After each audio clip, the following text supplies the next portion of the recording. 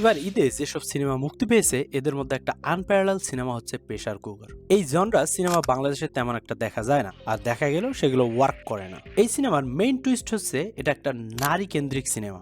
বাইরের দেশে সব নারী কেন্দ্রিক সিনেমা ওয়ার্ক করলেও বাংলাদেশে এই জনরা তেমন কোনো মার্কেট নেই। তবে ব্যতিক্রমী ধর্মী এই সিনেমা বাংলাদেশে কতটা বিজনেস করতে পারলো এ নিয়ে আজকে আমাদের ভিডিও।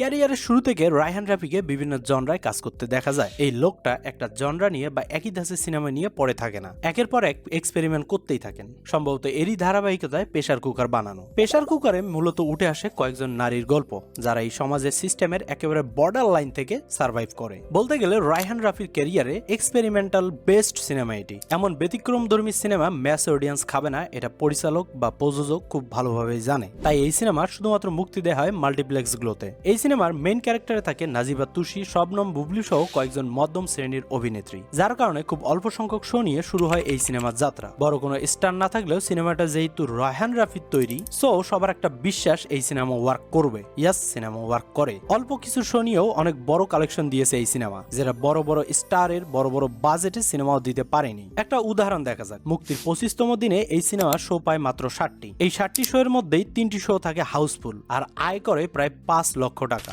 যেটা কিন্তু এমন একটা ব্যতিক্রমধর্মী এবং লো বাজেটের সিনেমার জন্য হিউজ একটা রেসপন্স। আর এই সাফল্যের পিছনে মেইন ক্রেডিট রায়হান রাফির থাকলেও ধন্যবাদ দিতে হয় বাংলাদেশের ক্লাসিক সংস্কৃতি মনা অডিয়েন্সকে, যারা কন্টেন্টের মূল্য দেয়। 30 দিন শেষে এই সিনেমার মোট ইনকাম দাঁড়ায় 1,66,00,000 টাকা। শো ধীরে ধীরে কমলেও ইনকাম ধরে রেখেছিল এই সিনেমা। আর কিছু শো পেলে হয়তো আরো অনেক ভালো ইনকাম করতে পারতো এই সিনেমাটি। এবার আসা যাক সিনেমার মেকিং নিয়ে। ডিরেক্টর যেহেতু রায়হান রাফি, সো ভরসা রাখাই যায় এর মেকিং নিয়ে। তবে এই সিনেমায় যেভাবে গল্পগুলোকে তুলে আনা হয়েছে, চাইলে প্রতিটি গল্পকে সমান স্পেস দিয়ে আরো প্রাণবন্ত করে তোলা যেত।